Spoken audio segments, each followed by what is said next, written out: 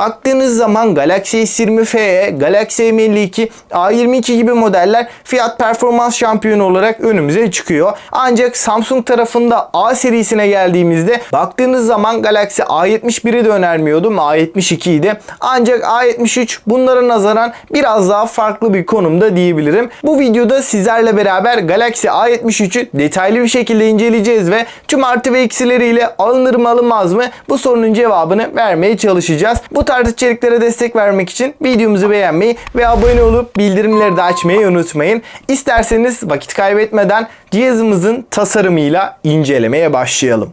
İlk izlenim açısından Galaxy A73'e baktığımızda selefinden çok da bir farklılık getirmediğini söyleyebiliriz. Genel olarak tasarım bütünlüğü A serisinde tam anlamıyla korunmuş ama biraz daha köşeli bir hissiyat uyandıran ve bunun yanında kamera modülünün daha belirgin çizgilere sahip olduğunu da söyleyebiliriz. Bu tasarımıyla dış taraftan gerçekten güzel gözükse de malzeme kalitesi olarak biraz alt seviyede kaldığını rahatlıkla söyleyebilirim. Burada tamamıyla plastik bir yapıyla karşılaşıyoruz. Hissiyat açısından elinize aldığınızda kesinlikle premium hissettiren bir cihaz değil. Esneme problemi yok ancak malzeme kalitesi olarak rakiplerinin net bir şekilde gerisinde. 7.6 mm'lik kalınlık ve 181 gramlık ağırlığıyla boyutuna göre tasarım yönünde en ideal olduğu alan diyebiliriz. Hem hafif hem de ince bir telefonla karşı karşıyayız. Şimdi ekran tarafına bakarsak öncelikle ince çerçevelerin bizleri karşıladığını söyleyebilirim. 6.7 inç AMOLED Full HD Plus ve 393 ppi piksel yoğunluğuyla 120 Hz yenileme hızı ile birlikte gayet kaliteli bir ekranla karşılaşıyoruz.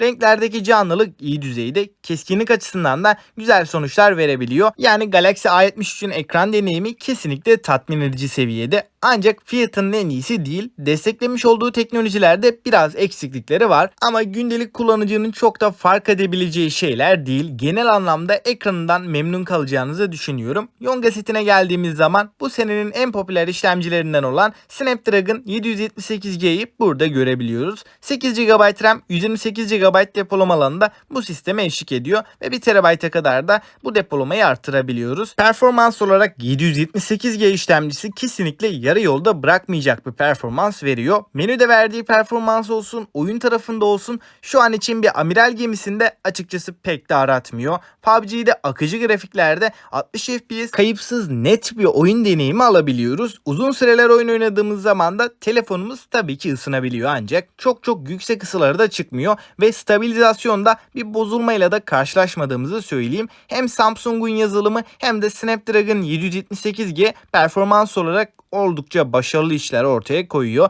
En az 3-4 sene bu işlemcinin bize bir sıkıntı çıkarmayacağını da düşünüyorum. Yonga setinden kameraya atlarsak arka tarafta dörtlü kamera sistemini görürken ana kameramız 108 megapiksel Samsung üretimi f1.8 diyaframlı OIS desteğini de bünyesinde barındıran gerçekten başarılı bir ana kamera. Yardımcı kameralarda da 8 megapiksel ultra geniş açı ve klasik 5 megapiksellik makro ve derinlik algılama kameralarımız da bulunuyor. Fotoğraf çekim kalitesine baktığımızda özellikle ana kamera ile çekilen fotoğraflar çok daha başarılı diyebilirim. Renk dengesi ve kontrast oranını ayarlayabilme konusunda A73 gerçekten benim beğenimi kazandı ve fotoğrafların detaylarına indiğimiz zaman da kayıp minimum düzeyde. Bunlara ek olarak Galaxy A73 gece çekimlerinde ve makro fotoğraflarda da gayet başarılı sonuçlar veriyor. Ultra geniş açı lensinin bunlara nazaran biraz daha sönük kaldığını da söylemem gerekiyor. Video konusunda 4K 30 FPS'te OIS desteğiyle beraber videolar çekebiliyoruz.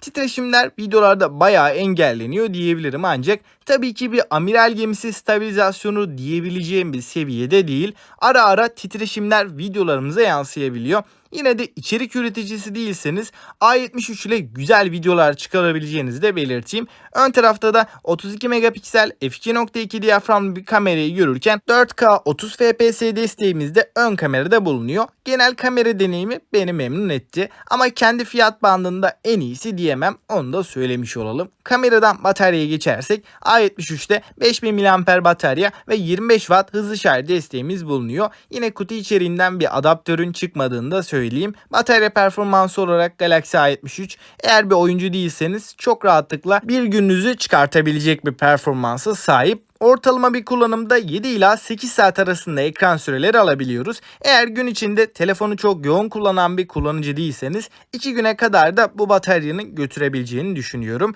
Kablosuz bağlantılarda Wi-Fi 6 ve Bluetooth 5.0 desteğini görebilirken 5G desteği de tabii ki cihazımızda bulunuyor. Hoparlör noktasında Galaxy A73'te Dolby Atmos destekli stereo hoparlörler konumlandırılmış. Ses yüksekliği gerçekten doyurucu seviyede. Ses kalitesi olarak da bizi kesinlikle üzmediğini söyleyeyim. Hem oyunlarda hem de dizi film izlerken Galaxy A73 güzel bir ses performansı sağlıyor. Android 12 ve One UI 4.0 arayüzüyle gelen A73 4 yıl boyunca güncellemeleri de rahatlıkla alacak. Güvenlik kısmında da ekran altı parmak izi okuyucumuz telefonumuza yerleştirilmiş. Önceki serilere nazaran bu parmak izi okuyucunun daha da hızlandığını söyleyeyim. Son olarak suya ve toza karşı da Galaxy A73 IP67 sertifikasıyla 1,5 metre suya 30 dakika boyunca dayanabiliyor.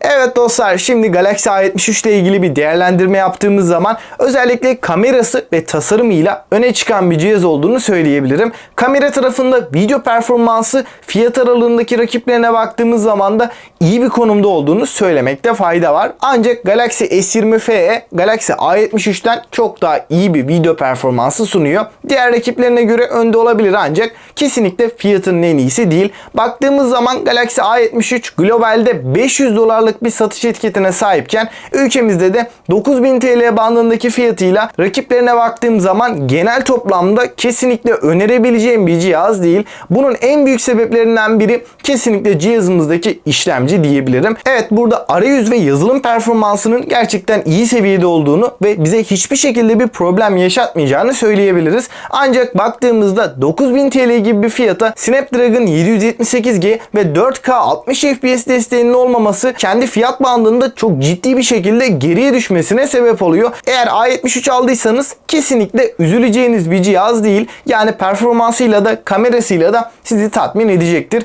Ancak 9.000 TL'yi şu piyasada kesinlikle hak etmeyen bir cihaz. Aslına bakarsak 11.000 TL'ye çıkan A73 dolar kurunun çok ciddi bir şekilde yükselmesine rağmen şu anda 9.000 TL bandına kadar çekilmiş durumda. Yani 2.000 TL'lik bir indirim söz konusu. A73 dolar kuruna rağmen gerçekten ucuzladı. Bence alınabilir bir seviyeye gelmesi için minimum 7.500-7.000 TL bantlarına kadar gerilemesi gerekiyor. Onun haricinde Galaxy A73 almanızı şu an için kesinlikle öneremeyeceğim. Ve 9.000 TL'lik bir cihaz aldığınız zaman tamamıyla plastik bir yapıyla gelmesi de üzücü detaylardan diyebiliriz. Malzeme kalitesi olarak kötü hissettirmese de yine de 9.000 TL verdiğimiz bir cihazın metal veya arka kapağında bir cam yüzeyin kullanılmaması bence kabul edilebilecek bir durum değil. Yani tasarım olarak güzel gözükse de malzeme kalitesinin ciddi bir eksi olduğunu söyleyebiliriz. Bu fiyat bandında bir telefon arıyorsanız Xiaomi 11T'ye bakmanız çok daha mantıklı olacaktır. Hem Yonga setiyle hem de kamera tarafıyla, bunun dışında ekran kalitesi, malzeme kalitesi her yönüyle Galaxy A73'ten çok daha üstün diyebiliriz. Evet dostlar, sizlerle beraber Galaxy A73'ü tüm artı ve eksileriyle derinlemesine değerlendirdik. Sizce alınır mı alınmaz mı diye sormuyorum. Bence bu sorunun cevabını net bir şekilde verdiğimizi düşünüyorum. Sizler Galaxy A73 hakkında neler düşünüyorsunuz? Sizce güncelleme desteği telefonu tercih etmede bir etken olabilir mi? Onu da yorumlarda yazarsanız sevinirim. Bu tarz çalışmalara destek vermek için abone olup bildirimleri de açmayı unutmayın. Bir sonraki video kadar kendinize iyi bakın ve hoşça kalın.